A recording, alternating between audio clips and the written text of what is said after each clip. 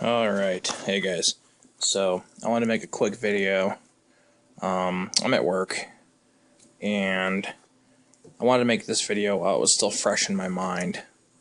There's the work computer, I'm just, messing around. But, I wanted to make a video about some of the mistakes that I've made in the past month or so that you guys won't make the same mistakes. So I've been pretty vocal about the respiratory infection and mites that I was dealing with. Mites are gone, by the way. I eradicated those pretty easily because mites are not the end of the world. But the respiratory infection, the snakes get their second shot tomorrow, so it's still in progress. And I should have the culture back tomorrow or Tuesday, so I'll let you guys know what's going on there. But, okay, so apparently one of the biggest mistakes I made was being so vocal about that. I don't see it as a mistake. I honestly think that, yeah, like the mites led to one canceled sale, but that's fine, it's always the customer's choice. But the two biggest mistakes I think that I've made in the past that I think you guys shouldn't make.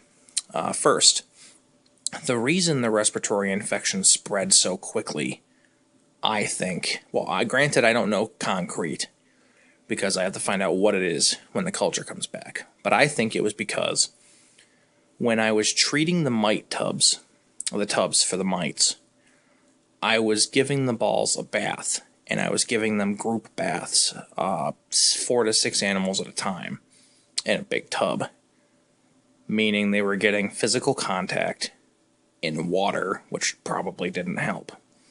So I think that's why it spread so quickly to the other animals. After each bath, obviously, I dumped the water out, and I cleaned the tub with hot water, and then filled it up back again with warm water to give them a soak.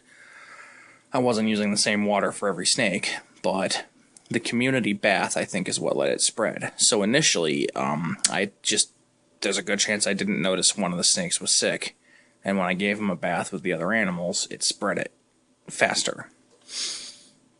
And then the second thing I didn't do, I did not have a reptile vet on hand. I had my normal vet that I take my cats to, and he didn't know anything about reptiles. He said he knew a little bit, but I honestly don't think he did. So I've learned that lesson. That's a lesson, before you get into this, even if you don't have a good relationship with a reptile vet, know where the closest one is. Call them, tell them, be like, listen, I'm going to be getting into snakes, or getting a snake, or getting a lizard, or getting whatever, and I want you to be my reptile vet. See if they're making new customers, or taking new customers. Not all vets do. If they're not, find the next vet, the next reptile vet. It's important. If I had taken my Firefly to a reptile vet, the second I knew she was sick, she'd probably still be alive. There's a very good chance she would still be around. So that's a lesson that I learned, a very, very valuable lesson. And now that I've found this reptile vet in Bristol, that's where I'm going to be taking any of my animals if they get sick. I know she's a reptile specialist, an exotic specialist, and having had, contact with her and working with her when I brought the yellow belly in, I know that she knows what she's talking about. Her first words out of her mouth after she checked the snake out was, we're going to do a culture. And that's good. So, those are the biggest mistakes I've made so far. The other thing too, is I never actually had a quarantine rack set up. I would quarantine my animals downstairs, in a tub with a heat mat. Because I was only getting one animal at a time, and I'd quarantine them down there, and to be honest, I don't think I ever quarantined them long enough. So, have a quarantine plan in place. That's another mistake that I've learned from. You know, have a separate room, preferably a separate rack that can hold a couple animals, and quarantine for 90 days. Don't do anything less than 90 days, you know? So, lessons learned. Those are my biggest ones right now. Biggest mistakes I've made that led to,